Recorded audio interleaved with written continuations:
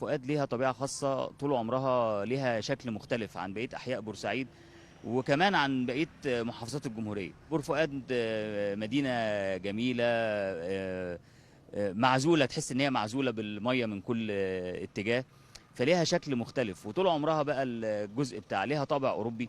الجزء اللي هو الأوروبي بقى اللي فيه الفيلا الهيئة اللي احنا موجودين فيه حاليا، كلها كان موجود فيها زراعات مثمرة وأشجار المانجا وأشجار الجوافة وتبقى ماشي في الشارع تبص تلاقي الشجر مثمر من حواليك. طبعا المنظر ده ما بتشوفوش كتير في اي محافظه في محافظات الجمهوريه، ولا حتى في دول كتير من العالم ما تلاقيش المنظر ده. كان موجود في بور فؤاد. بدأ يقل شويه، وطبعا بدأت الاشجار طبعا كبرت وعجزت وبقتش تنتج قوي. فحبينا ان احنا نعيد تاني للمدينه الجزء الخاص بيها ده.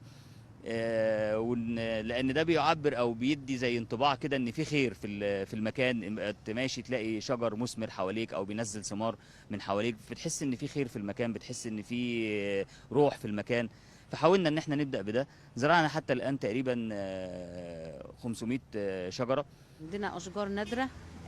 احنا في حديقه المنتزه اللي بيتم تطويرها حاليا في التين البنغالي. ده يعتبر من اهم الاشجار النادره اللي موجوده على مستوى جمهوريه مصر العربيه. ده احنا عندنا بالظبط 5 اشجار، 2 في حديقه المنتزه، 2 في حديقه النباتات، وواحده في الاسماعيليه. بدأنا بمجهود ذاتي، يعني ان احنا نحاول ان احنا نجيب شجر ونزرعه. فجبنا شجر اللي هو البونسيانا، وبدأنا نزرع منه بور فؤاد عند البيت وعند المحل وكده، يعني قدر الامكان يعني. هي بور فؤاد طول عمرها هي اصلا لما جت اتصممت بطراز المدينه الحدائقيه، اللي هي يعني حاولوا يعملوا دمج كده ما بين العمار والريف، فعمل المدينه طلعت بالشكل ده قايمه 90% على انها تكون مدينه خضراء في كل مكان.